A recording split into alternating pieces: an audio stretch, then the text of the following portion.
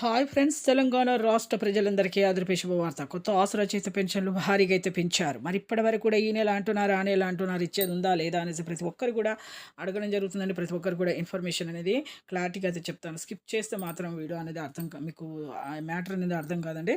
Skip చేయకుండా మీరైతే video అయితే చూడండి. క్లారిటీగా అయితే ఇన్ఫర్మేషన్ అయితే ఇస్తాను. లేట్ చేయకుండా అయితే వీడియోలోకి అయితే వెళ్ళిపోతాం. అలాగే కొత్త పెన్షన్లు కూడా మరి మంజూరు చేస్తున్నారు లేదా తెలుసుకుందామండి. కొంతమందికి ఎందుకు రద్దు అవుతున్నాయి అది కూడా తెలుసుకుందాం.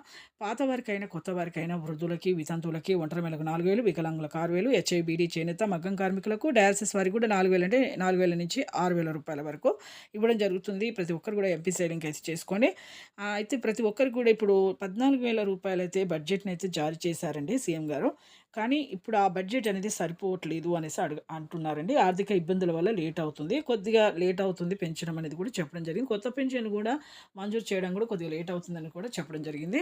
ప్రతి ఒక్కరు కూడా ఏ నెల ఆ నెల డబ్బులు తీసుకోవాలండి. తీసుకోకపోతే 2 మంత్స్, 1 మంత్ తీసుకోవాలి. 1 మంత్ తీసుకోకుండా 2 మంత్స్ థర్డ్ మంత్ తీసుకుంటే మాత్రం మీకు 3 నెలల వరకు తీసుకుంటే కట్ చేస్తామని కూడా చెప్పడం జరిగింది. థాంక్స్.